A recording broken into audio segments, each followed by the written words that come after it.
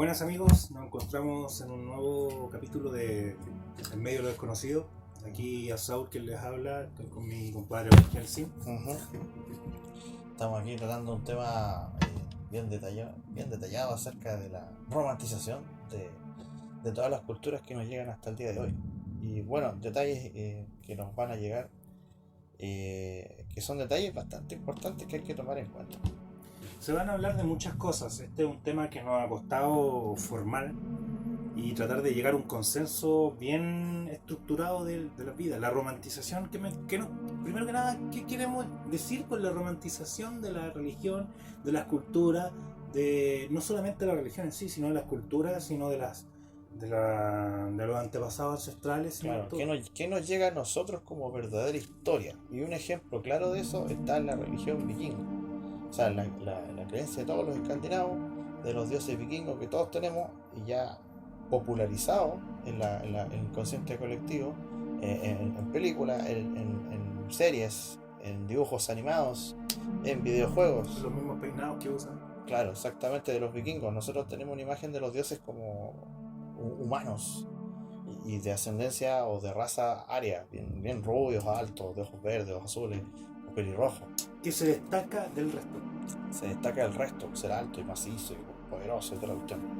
Esa es una imagen que nos ha llegado mediante la tradición oral de lo que nos llegó o sobrevivió hasta nosotros el día de hoy de la cultura de los vikingos. Pero lo que sí demuestra, por ejemplo, hallazgos recientes, que se está demostrando en un museo que se encuentra en una isla de Suecia, la isla de Bornholm. En esta isla se está haciendo una muestra de los hallazgos y las descripciones exactas de cómo eran los dioses Aesir. ¿Cuáles eran los dioses Aesir? Asado, ¿nos puedes contar? Tienes que hacer una De descripción. los dioses Aesir, ¿qué puedo decir? Bueno, tenemos al Padre del Todo, que estamos hablando de Odín. Tenemos a Thor, tenemos a Baldur, que es hijo de, creo que es Freya. Si pueden corregirme, por favor. Tenemos a Loki, que es hijo de una gigante también. Sí, porque me imagino que dicen Loki y todas las chicas aquí que están escuchando se imaginan a Tom Hiddleston. Le decimos Thor, imagina a James Hayward y a todos los actores que encarnaron en las últimas películas de los Avengers. Que es como lo que nos llega a nosotros. Es como lo mismo decir el martillo. Va a quedar, ¿sabes? Sí, el martillo de Thor te imaginas en las películas de Thor. El martillo de Thor te lo imagináis bien cuadrado, bien así, con un mango un poco más. El martillo de Thor en realidad nunca fue de esa forma. Exactamente, y de hecho me llama la atención algo que tú me estás describiendo anteriormente antes de empezar a hablar del martillo de Thor que te tatuaste. Porque ese martillo de Thor tiene un detalle simbólico. Bueno, yo hace poco... Vamos a poner la imagen después en la edición. Sí, si quieren ponemos la foto de mi tatuaje. Pero... Descríbelo como si tú eras la imagen, porque la vamos a poner. Bueno, mi tatuaje me lo hice hace poco tiempo, estaba sanando todavía. Es bastante doloroso y me pica, ¿verdad? El tema es... el martillo de Thor de por sí tiene los ojos de Odín. Y el mango lo tiene más corto y tiene como una forma de un barco puesto de costado. Claro, si vemos el martillo que está apuntando hacia abajo. Entonces, este martillo supuestamente tenía la opción de volverse pequeño y lo llevaba en el bolsillo Thor.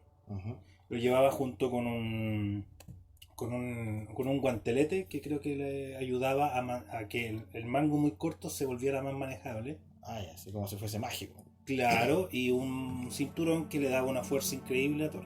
Claro, aparte de todas las descripciones simbólicas que tiene el martillo, como tú dices, tiene forma de barco en el fondo. O sea, estamos diciendo, obviamente, no una descripción literal, sino simbólica de todo lo que significaba la cultura escandinava. ¿Y por qué hago hincapié en los ojos de Odín y como si estuviera la cara de Odín? ¿Por qué hago hincapié en eso? Porque están los dos cuervos de Odín. Sí, exactamente como lo que lo vamos a mostrar obviamente en la edición, cómo está, es el tatuaje que se hizo Assault. Yo generalmente puedo decir que uno investiga un poco, pero tampoco vamos a romantizar mucho el tema. Voy a llegar a la psicología del romanticismo. Que es lo exactamente. Y volviendo al tema que estamos hablando, los hallazgos que se encontraron y que se están mostrando en este museo de Bornholm acerca de cómo era en realidad la descripción exacta de los dioses Aesir, y van a quedar todos con una gran sorpresa, por lo menos las personas que no saben, las personas que de verdad romantizan a la cultura vikinga, porque la descripción de estos dioses son altos, brazos muy largos y delgados, brazos y piernas muy largos, 3 dedos en cada una de las extremidades, ojos gigantescos, grandes, almendrados, y una cabeza macrocéfala, o sea, estamos describiendo a un alien. Sí, un gris. Un alien. O sea, y esto es para que ustedes lo investiguen y se den cuenta cuál es la imagen de Dios que tenemos en realidad de las culturas antiguas y qué es lo que ha quedado registrado, y de la forma más fiel posible. Esa es la imagen que tenemos los dioses Aesir, un extraterrestre o un ser interdimensional, como quieran llamarlo o como quieran creerlo. Llega a dar un poco de nostalgia pensarlo así. Si uno se pone a pensar, podríamos hablar también del tema más mesopotámico, cómo se distinguía a los dioses en sí. Lamentablemente los dioses de por sí, para la gente en sí, tiene que ser alguien que se destaque de las personas normales, tiene que ser alguien que se destaque del resto. Es como decir, Jesús vivió en países donde la gente generalmente es más bajita, más morena, nariz chata. No estoy tratando de hacer un tema descalificativo, estoy diciendo cómo posiblemente pudo haber sido Jesús. Ujú. Entonces, ¿cómo hacemos para que la imagen de Jesús sea una imagen que se adore, sea una imagen que sea divina? ¿Cómo hacemos que alguien que Sea más agradable a la vista. claro, puedes tú confundirlo con una persona como tú y conversar de tú a tú y estás conversando con Jesús o con Dios? Pues, entonces, como que hay una forma de entender que por eso llegó a la psicología el romanticismo. ¿Por qué se romantiza al Dios en sí? Exactamente. Y claro, vemos la imagen de Jesús, una persona con rasgos bastante atractivos, en el sentido de que es muy blanco, la nariz recta, muy respingada, y alto, de ojos verdes, y el pelo alisado. O sea, el pelo liso es lo que no. La imagen que adoptamos de las películas, la imagen que adoptamos también de cuadros que describen a Jesús en su santidad, con Eso sus mismo. poderes de Jesús.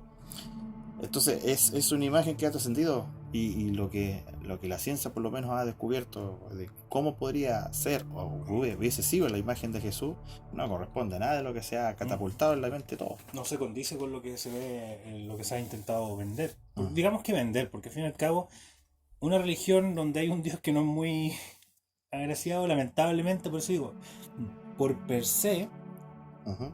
por idiosincrasia, la gente no sigue a alguien que no le sea llamativo a la vista. Hay un culto que representa a un gran alquimista, y las descripciones del alquimista en vida era el conde de Saint Germain. Ya, yo lo mencioné anteriormente. Ya, pero no sé si llamar culto a lo que estoy diciendo, pero la imagen del conde de Saint Germain está descrita en dibujos, en retratos que se le hicieron de la época, que fue un gran alquimista de la Edad Media.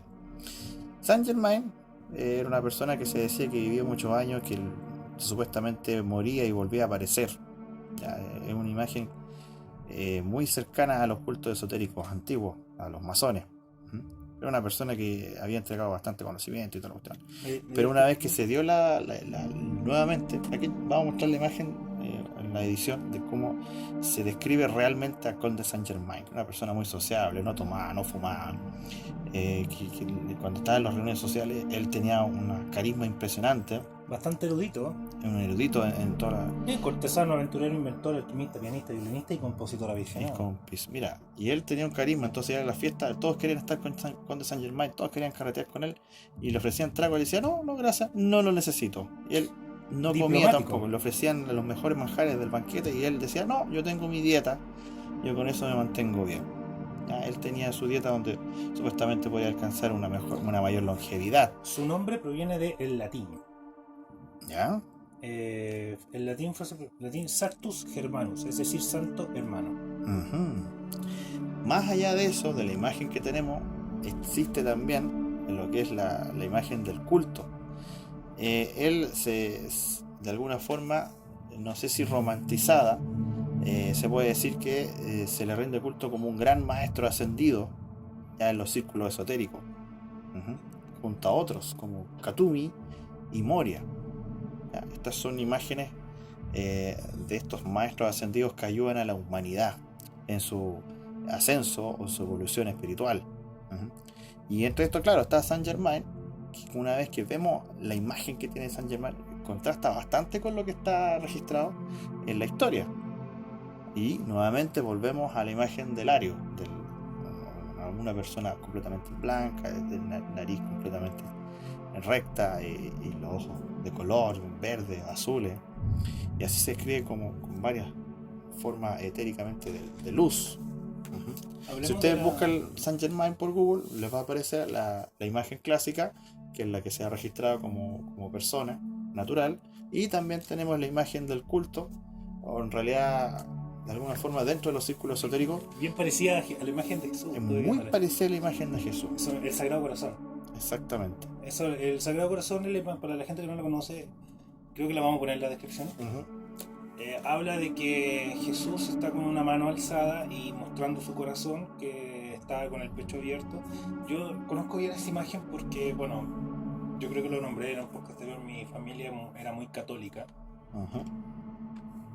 Y siempre habían imágenes en el pasillo. Tú entrabas para llegar a mi casa y veías el pasillo, y el pasillo lleno de imágenes de Dios, el Sagrado Corazón, Jesús. Era impresionante la cantidad de imágenes que había. Exacto. Y ya que estamos hablando de Jesús, de verdad, nosotros, yo por lo menos, yo no soy cristiano. ¿Tú eres cristiano, Asado? No considero cristiano. No somos cristianos. Aún así, la imagen de Jesús repercute bastante al resto de la humanidad. Eso es lo que pasa. Podemos hacer un hincapié. Dale. Se ha dado últimamente sobre... Vamos a saltarnos un poco del tema del romanticismo y vamos a hacer un paréntesis. Nosotros aquí en el canal, y creo que hablo por todos, por ejemplo, mi compadre Van Helsing aquí presente no le hace ninguna apología a ningún tipo de estupefaciente. Yo, por ejemplo, sí consumo un estupefaciente. Nuestro amigo, el profesor, es bastante teológico. Entonces, somos tres personas con un punto de vista distinto de cada uno. Que se centra y se da una idea base, y que llegamos a un consenso, sí, pero que somos personas muy distintas. Entonces, eso voy, la religión y el romanticismo y lo que la gente sienta generalmente va a darte, por ejemplo, un pro y un contra. Si tú romantizas una imagen de Dios, va a haber una persona que no lo encuentre correcto y no lo encuentre, que se va a ver inferior. Eso es lo que quiere decir. Eso es lo que se siente con la imagen romantizada. Exactamente. Pero yo igual, dentro de todo, no sé por qué es así. Cuando trasciende un personaje como Jesús, como el conde Saint Germain, se le cambia la imagen facial. Es un fenómeno muy notorio. Y también es un fenómeno, se puede decir que es matemático, los números de Fibonacci, ¿ya? Sí, Fibonacci. Bueno, no corrigen, sí. No. El tema es el siguiente. Él dio una fórmula matemática de calcular el rostro perfecto. Y creo que, yo recuerdo hace años atrás que llevaron una imagen de Britney Spears al colegio y le hicieron el cálculo y era el rostro perfecto, supuestamente. Entonces había una proporción de distancia entre cada... Claro, y cada relieve o forma del cuerpo. Entonces por eso ella era llamativa. Y no vengamos con cosas, uno la ve y es llamativa antiguamente. Las fotos antiguas de ella. ¿De quién? De Britney Spears. Es una foto que tú la veías y es algo llamativo. Y a ese punto voy. Que hacen a los dioses o a la gente elevada, un poco más elevada, en su plano astral, siempre la hacen como una forma perfecta. Incluso, por eso hago hincapié en lo que estaba diciendo el conde Saint Germain. En un momento, cuando él ya viene la imagen divina de él, cambia sus facciones. No es la misma facciones que tiene en las fotos con las que se muestra. Exactamente. Por eso digo, es bastante notorio el por qué pasa esto. Ahora quería darme el lujo de hablar de todas las teorías que corresponden a Jesús. Porque se ha romantizado lo que más no tanto romantizado, sino que lo que más se ha expandido es la imagen de la Biblia de Jesús. Hay bastantes teorías al respecto de los orígenes de Jesús. Puedes explayarse todo lo que quieras aquí. Una de las que nos puede entregar el investigador JJ Benítez, que él confirma que en realidad Jesús era un extraterrestre, llegando así al consenso del avatar. El avatar, ¿qué es un avatar? Es un ser que tiene trascendencia en otro plano superior de existencia, en otra dimensión, que renace o toma un cuerpo, ya que dentro de un niño común y corriente como cualquiera de nosotros. Entonces él de alguna forma encarna una vida en un ser Es de como, carne y hueso como nosotros, un ser humano. como para que la gente más se entienda, como para que se entienda más, el avatar es como un personaje de un videojuego. Tú tomas la forma y te introduces en esa persona. Algo así, pero en el ámbito espiritual. Sí, En la India hay un montón de avatar. Todos los líderes religiosos que tienen mucho carisma y gran poder frente a la gente y credibilidad son avatares de dioses antiguos. que han necesitado bajar y empezar a hablar. Lo que pasa es que nosotros la imagen más profunda y más grande y más masiva es la de Jesús. Y Por está eso la hacemos teoría hincapié en extraterrestre. esto. Por eso digo, está la teoría extraterrestre donde dice que él era un extraterrestre que encarnó un cuerpo físico de un ser humano. Lo mismo que se dice de las culturas, insisto, las mesopotámicas. Tú lo nombraste en algún momento. Uh-huh. Yo no soy tan erudito en ese tema, pero sí puedo nombrar algunas cosas. Supuestamente dicen que la raza creadora, se le conoce como raza creadora. ¿Ya? Es lo que me... Esta es una teoría mía, no estoy diciendo que sea historia. Uh-huh. La raza creadora, que es la que creo que tú puedes haber venido a Jesús, Uh-huh. ellos nos crearon a nosotros. Esa otra teoría es tuya. Sí, o sea, de que sí se sabe que nos crearon a nosotros, supuestamente. No digo que sea así, ¿no? Nos crearon a nosotros una raza de alienígenas. Y de esa nosotros descendemos directamente desde el cosmos, por decirlo así. Ya. Esa es la teoría que tú Esa es una sostienes. teoría que se tiene. Y me hace ruido por el hecho de decir que Jesús llegó a la Tierra y Jesús viene por el avatar de un alien. Un alien. Claro. Está la otra teoría que es muy parecida a lo que es la trascendencia que tuvo Buda. Claro. Buda, por ejemplo, que me interrumpa, Buda tuvo una trascendencia de vidas pasadas hasta que llegó a la iluminación. Es una teoría de Buda. Y pasa lo mismo con Jesús. ¿Por qué existe esa teoría? Por el famoso el sermón del monte de los olivos que tiene Jesús, que tiene bastantes similitudes con el sermón que se manda Buda en años anteriores. Hay un relato, según el Nuevo Testamento, de que Jesús desapareció a la edad de 12 años y de repente apareció como hombre a los 30 años. Están los libros La vida secreta de Jesús. La vida secreta de Jesús. Entonces, dentro de esas teorías que se esgrima, Jesús tuvo un viaje en ese transcurso de tiempo donde se conoció con Buda y Buda lo entrenó.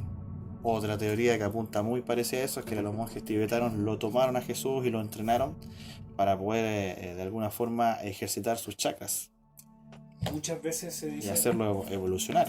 justamente, Esa es una teoría de Jesús. muchas veces se dice que Jesús se le toma como un ser más elevado y como un maestro. Le dice, un maestro elevado. Y ahí apuntamos a otra forma de ver a Jesús. Sí, dicen que Jesús también tuvo una hija y se fue a Italia después. Entonces hay muchas teorías y hay mucha romantización de la historia de Jesús, porque mucha gente, yo creo que yo he conversado muchas veces con mi madre cuando era católica, ahora mi madre no es católica. Uh-huh. Mira, ahí con respecto a lo que tú mencionaste, respecto a esa teoría de Jesús, porque los libros agnósticos del Nag Hammadi, el pergamino de Nag Hammadi menciona la vida de Jesús con María Magdalena, y que María Magdalena Sí. no era una prostituta. Punto uno. No era una prostituta, era una persona que tenía un conocimiento también esotérico, era una persona que no sé si podía llamársele bruja, pero una maestra también con poder para sanar. Y que obviamente una persona de ese nivel evolutivo podría obviamente tener más similitud con Jesús. Y Jesús obviamente con ella tuvo un amor idílico, y de ahí tuvieron hija. Eso mismo La es. hija que tú conoces, la que estás mencionando, se encuentra en la romantización de la Virgen Negra. La Virgen Negra dice que en el fondo corresponde a la hija de Jesús que tuvo con María Magdalena, porque María Magdalena, una vez que Jesús falleció, parece, se fue. Esta teoría, estamos hablando de la teoría de la Virgen Negra, se fue, vivió en Francia, y que después de eso tuvo una hija, y que la hija viajó a España. Y la imagen de la Virgen Negra de Montserrat corresponde en realidad a la hija de Jesús. esa es una teoría con respecto a lo que hubiese pasado con Jesús. Yo más que nada yo tenía los conocimientos de que Jesús había ido a Italia y que había tenido una hija, pero no tenía ese nexo. Que es bueno saberlo también. Es bueno saberlo porque igual hay estas familias de la aristocracia que se querían pelear el Santo Grial, o por decirlo así, pelearse el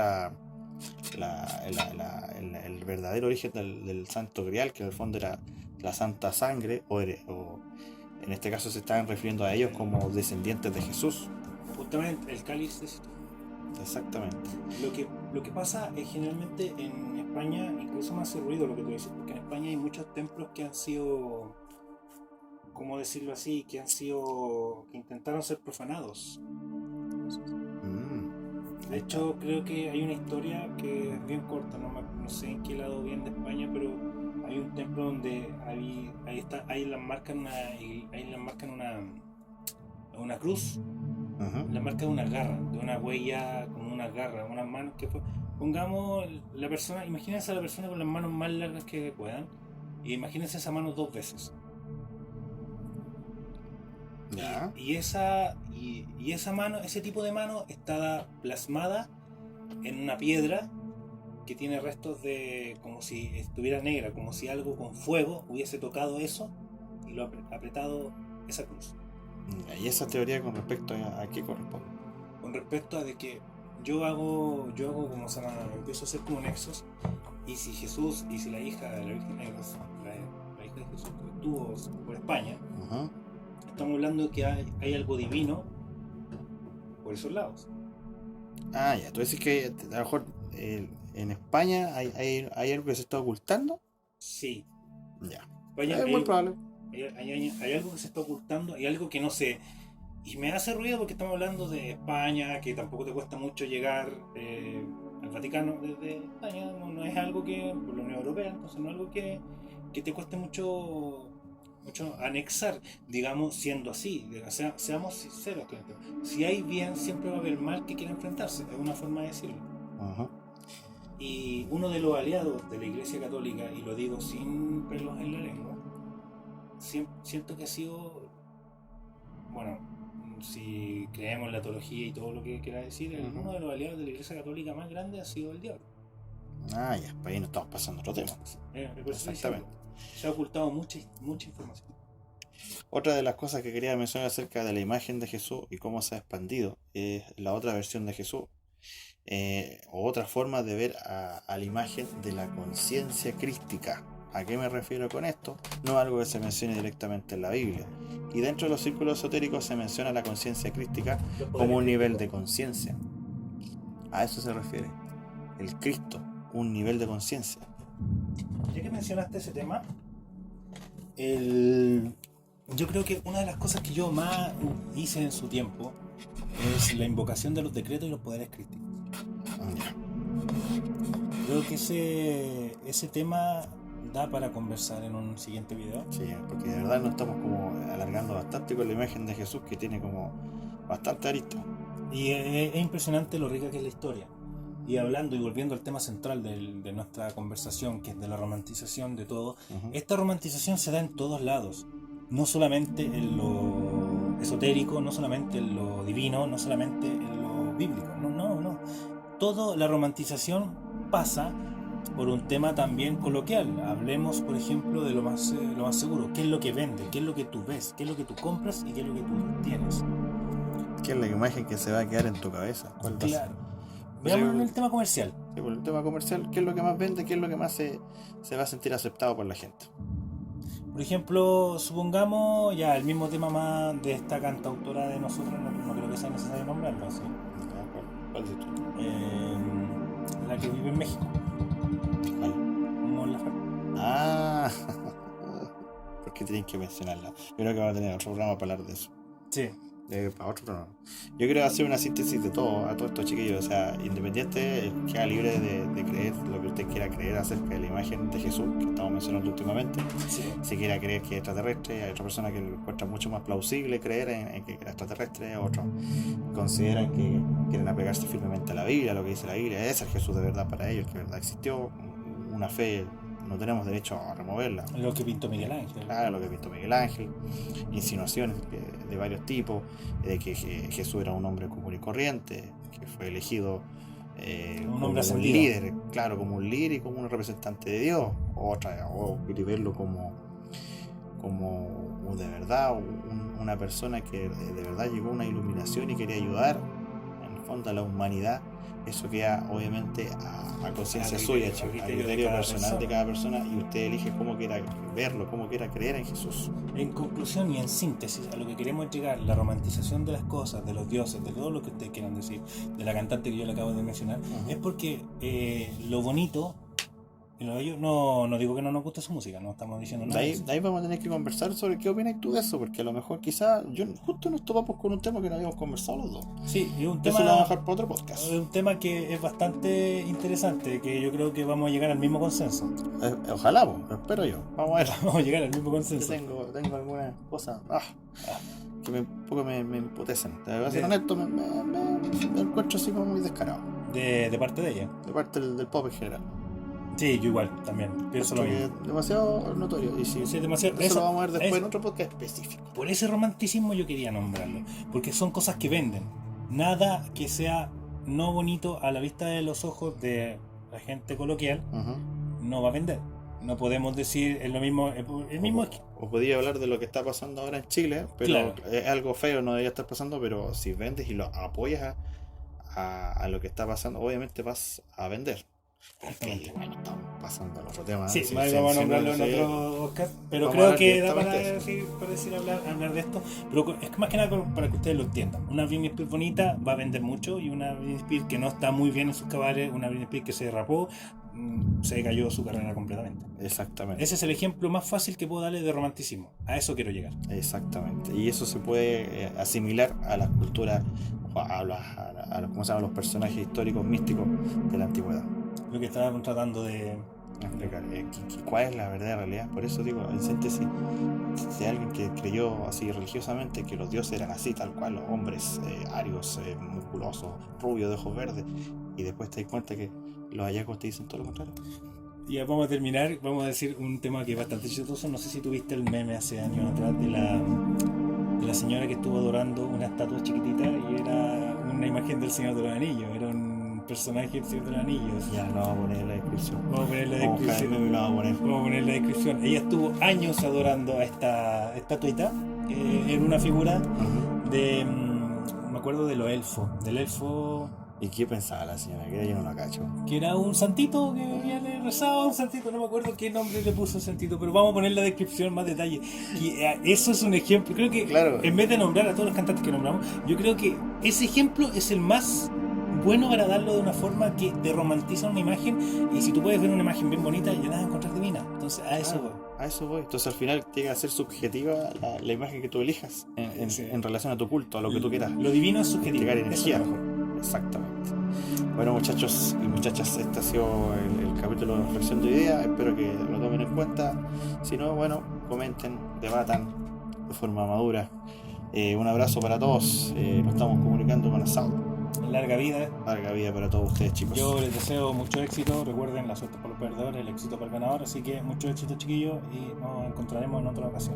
Exactamente. Saludos.